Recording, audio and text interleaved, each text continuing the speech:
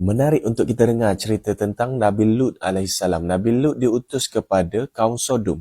Kaum Sodom ni Allah limpahkan nikmat rezeki yang sangat banyak. Tanah mereka sangat subur. Tumbuh-tumbuhan dan buah-buahan yang sangat banyak di kota Sodom ni.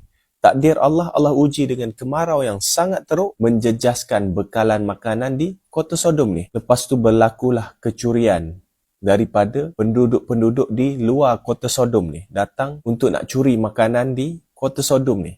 Sebabnya kemarau di sekitar kota Sodom ini. Jadi mereka bimbang tentang bekalan makanan dia.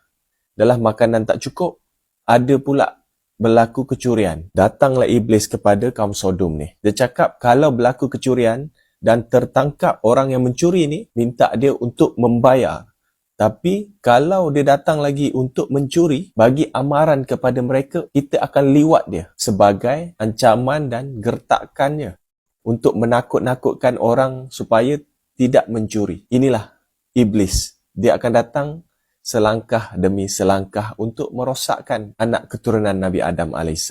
Berlalu hari, iblis datang sebagai lelaki yang sangat tampan sebagai pencuri. Dia pun curi buah ni dan tertangkap. Lalu penduduk di kota Sodom ni meminta untuk membayar.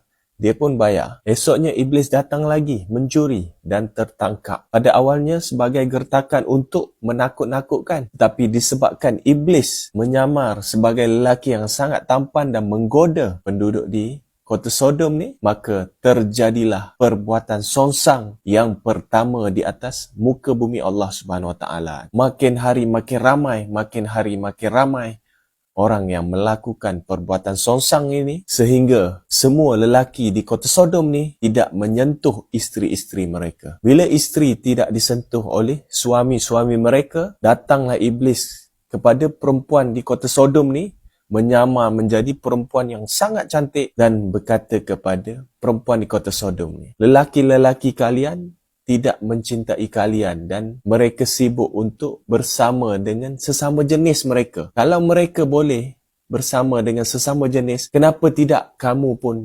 melakukan hubungan sesama jenis juga? Dan inilah terjadi perbuatan sesama jenis wanita yang pertama di atas bumi Allah Subhanahu Wa Taala. Berlalu hari makin rosak penduduk di kota Sodom ni. Takdir Allah, Allah kembalikan nikmat yang sangat banyak di kota Sodom ni, tetapi perbuatan setan ini mereka tidak tinggalkan. Disebabkan perbuatan yang hina ini, hati mereka menjadi keras.